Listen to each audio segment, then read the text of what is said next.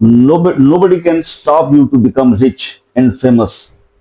Do this practice every day.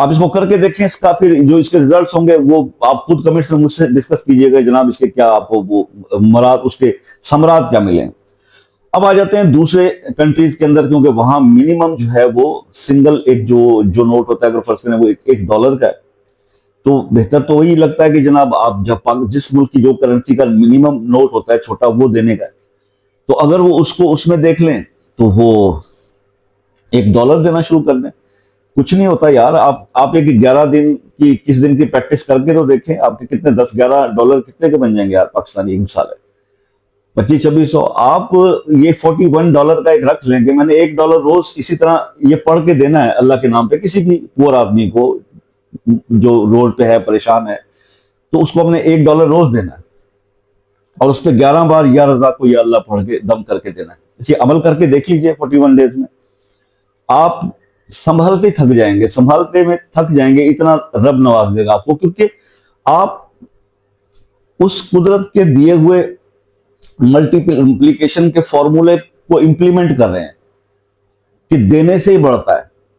ٹھیک ہے, تو ابھی جو میرے دوست یہ پریشانی میں بیٹھے ہوئے, اچھا کئی لوگ یہ سوچ کے بیٹھے ہوتے ہیں جب ہم ابھی آپ کوئی وظیفہ ہمیں شاہ صاحب بتا دیں, جب اللہ ہمیں بہت دے دے گا نا تو پھر ہم اللہ کے راستے میں دیں گے. ایسی سوچ رکھنے والوں کا بھلا بہت کم ہوتے دیکھا ہے.